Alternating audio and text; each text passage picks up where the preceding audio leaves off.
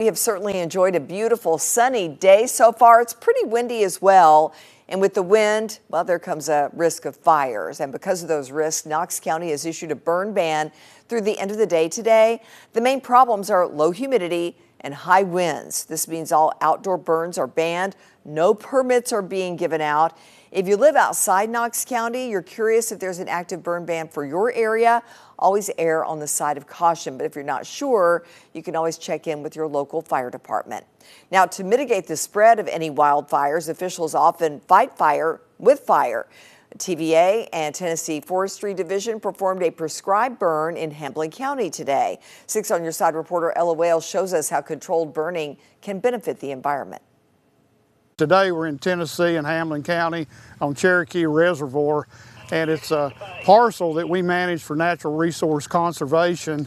Crews burning 30 to 40 acres of mostly grassland in a prescribed burn. Jack Muncie with the TVA says they're using fire as a tool to bring back native species. We have established native warm season grasses that were here during the buffalo era.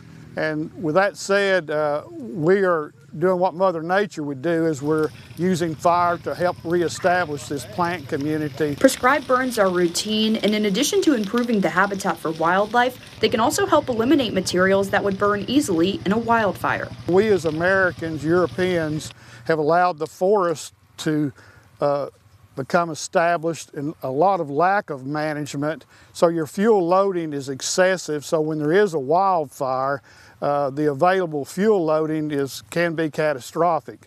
So an indirect benefit of this today is that we're reducing the fuels available. The ability to perform a prescribed burn depends heavily on the weather.